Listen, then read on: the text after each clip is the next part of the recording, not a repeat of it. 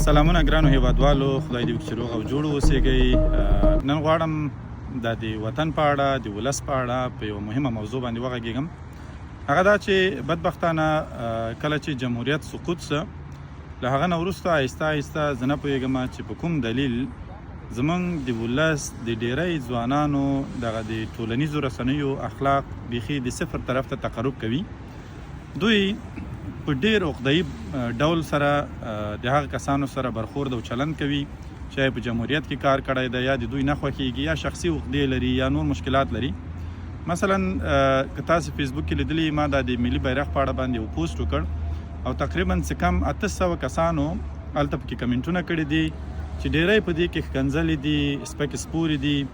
زه حیران پاتې یم چې دا سپکې سپورې دوی ما ته د ملي بیرغ په خاطر کړي دي، او ځینو پکې دا دلایل لیکلي چې دا ملي بیرغ هغه بیرغ ده چې د دغه بیرغ لاندې ډېر زیات خلک وژل سوي دي. دا طبیعي خبره ده، هم د طالب تر بیرغ لاندې خلک وژل سوي، هم د ملي بیرغ تر لاندې خلک وژل سوي. ولې بیرغ خلک نه دي وژلي؟ دا ملي بیرغ د افغانستان پخوانی بیرغ ده، دا تر 20 کالو پخوانی ده. بیرغ هیڅ هم تاسو نه وژلي. دا بیرغ یوازې زما نه ده، دا ستا هم ده، د هر افغان وګړي ده. د هغه بیرغ ده چې موږ تاسو ټول افغان ولس د دې تر چتر لاندې یا تر دې بیرغ تر سیوري لاندې سره راټولېدلی سو. که چیرې موږ تاسو نن بیرغ ته سپکاوی کوو، سبا به بیا خلک وایي چې د افغانستان نوم هم مهم نه ده، یا به خراسان غواړي، یا به بل څه غواړي، یا بل څه. بیا په موږ تاسو کې بیا د ارزښت ساتلو د جوهر رکیږي.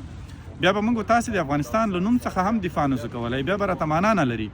بله دا چې فرض کړئ زه د ملي بیرغ دفاع وکړم، یا مثلا د ملي بیرغ لپاره یو پوسټ وکړم، یا مثلا ووایو چې زه له ملي بیرغ سره مینه لرم. تاسې که چیرې له ملي بیرغ سره مینه نه لرئ، په هر دلیل چې وي، چې هر دلیل تاسې لرئ، ضرور نه ده چې تاسې راسئ ما ته ښکنځلې وکړئ یا بل چا ته ښکنځلې وکړئ. راسئ په ډېر قانع کوونکي شکل سره ووایئ چې په دې دلایلو باندې دا ملي بیرغ زه نه منم او دا منم، دا بیرغ مې خپل ده او دا پردی ده، یا دا د دې بیرغ تر چتر لاندې ظلمونه سوي دي، د دې بیرغ تر لاندې د دې تر چتر لاندې یا سیوري لاندې ظلمونه نه کیږي، یا عدالت ده، یا داسې دی یواسې ده. کولی شي په ډېر منطقي ډول سره خپل کمنټ وکړئ، خپل دلیل ووایي. په دې کې به ښه والی څه وي؟ په دې کې به ښه والی دا وي چې هم به تاسې سنګین او درانه معلوم سئ، او هم به د دې تر څنګ هغه خپله کورنۍ تربیه خلکو ته وښایي چې حتی د مخالفت په لهجه هم تاسې د ادب له چوکاټ او له منطق څخه د باندې نه وځئ. بدبختانه تاسې دا کمنټونه ولولئ چې زما په تیر پوسټ کې شوي دي، او دوباره مې له دوستانو سره شیر کړی ده. یعنې سړی بیخي مایوسه سي. ما ته ښکنځلې وکړئ، دا خو 280 دانې ښکنځلې دي چې بیخي 1 میلیون ښکنځلې مو وکړئ، ستاسې ښکنځلې په ما پورې نه نښلي، نه ما عصبي کوي، نه ډپریس کوي، نه مې سټرس کوي، نه زه په قصه کې یم. ولې یو شی ته مې ځورېږم، یو شي ته ځورېږم، هغه دا ده چې ستاسې آینده خرابوي. زما آینده خو نه خرابوي. زموږ خو دا د ګیره ذاتي سپینه سوه، هغه ځواني مو تېره کړې ده، عمر مو پوخ ده، ذاتي لګیا یو د کورنۍ لپاره اوس کار کوو چې د اقل یوه مړۍ حلاله روزي ورته پیدا کړو. نه حکومت در څخه غواړو، نه په حکومت کې برخه درنه غواړو، نه له تاسې څخه موږ چې غواړو، نه د پلار نیکه دښمني سره لرو، نه الحمدلله شخصي دښمني له چا سره لرو. خو زه حیران بیا هم دې ته پاتې یم، سره له دې چې ډېری خلک ما له نږدې نه پېژني، نه بل او ډېره سپکه لهجه یې کارولې ده. حیران ورته پاتې یم، واقعا زړه مې پې سوځي. هیله مې دا ده چې د دې ویډیو له لیدلو وروسته موږ تاسې یو شی رواج کړو، هغه دا ده چې موږ تاسې د افغانیت، د اسلامیت او د خپل وطن یوه ښه استازولي وکړو، د خپل ولس یوه ښه استازولي وکړو. که موږ په داخل د افغانستان کې یو، که له افغانستانه بهر یو، زه پوهېږم چې په افغانستان کې ستونزې ډېرې زیاتې دي، فقر اوج ته رسېدلی ده، بشري بحران جریان لري، او موږ تاسې بدبختانه د بیکارۍ سره مخ یو. ډېر زیات خلک بیکاره دي، د کاروبار لپاره فرصت نه لري چې دوی کاروبارونه پیل کړي. لکه کوم سهولتونه چې په خارج کې دي چې تاسې کولی شئ، هغه که د ټریډینګ برخه چې آنلاین تاسې کولی شئ بزنسونه وکړئ، ډیجیټل مارکیټینګ برخه، یا ډېرې نورې برخې چې تاسې کولی شئ له خپل موبایل څخه هغه سوداګري ترسره کړئ او د بانک اکاونټ ته مو پیسې راځي. زه پوهېږم چې دا سهولت موږ تاسې په وطن کې بدبختانه په هیڅ بانک کې نه لرو. یعنې دا ستونزې دي، د بیکارۍ ستونزې هم شته، د غربت او د فقر ستونزې هم شته، د بېوزلۍ ستونزې هم شته. ډېر داسې خلک دي چې کورونه نه لري، خپل کور نه لري، د کور کرایه نشي ورکولی. څوک داسې دي چې مثلا 3 وخته ډوډۍ نشي پیدا کولی. یعنې دا هر څه موږ تاسې باید درک کړو. موږ تاسې که د یو بیرغ پر سر، یا د رنګونو په سر، یا د یو لوګو په سر یو بل ته ښکنځلې کوو، نو دا زموږ تاسې نه افغانیت ده، نه اسلامیت ده، نه انسانیت ده، دا له هر چوکاټه بهر ده.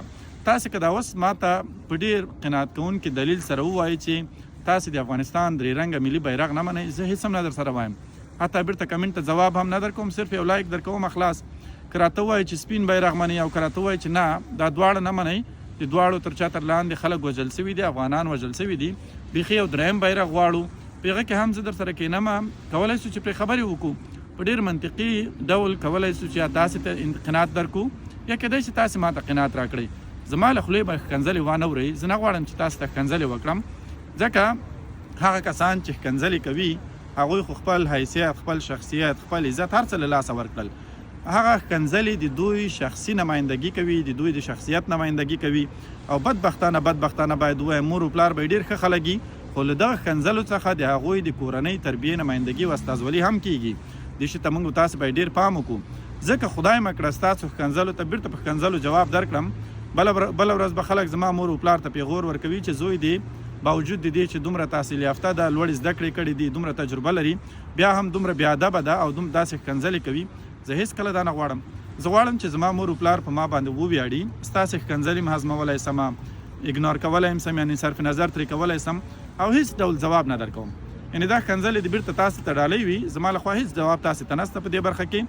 ولې که د قناعت او دلیل او منطق په برخه کې را سره بحث لرئ، مخالفت لرئ، هر څوک چې وي، هغه که د طالب طرفداری وي، هغه که د جمهوریت وي، هغه که خلقی وي، که پرچمی وي، هر څوک وي، زه خپله د یو مسلمان په حیث، د یو پښتون په حیث، د یو افغان په حیث تاسې ته هر وخت حاضر یم چې بحث در سره وکړم، دلیل در سره ووایم، په منطق سره وغږیږو، یو بل ته قناعت سره ورکړو او په ډېره سوله ییزه او د ورورولۍ په فضا کې یو له بل سره دغه بحثونو ته ادامه ورکړو.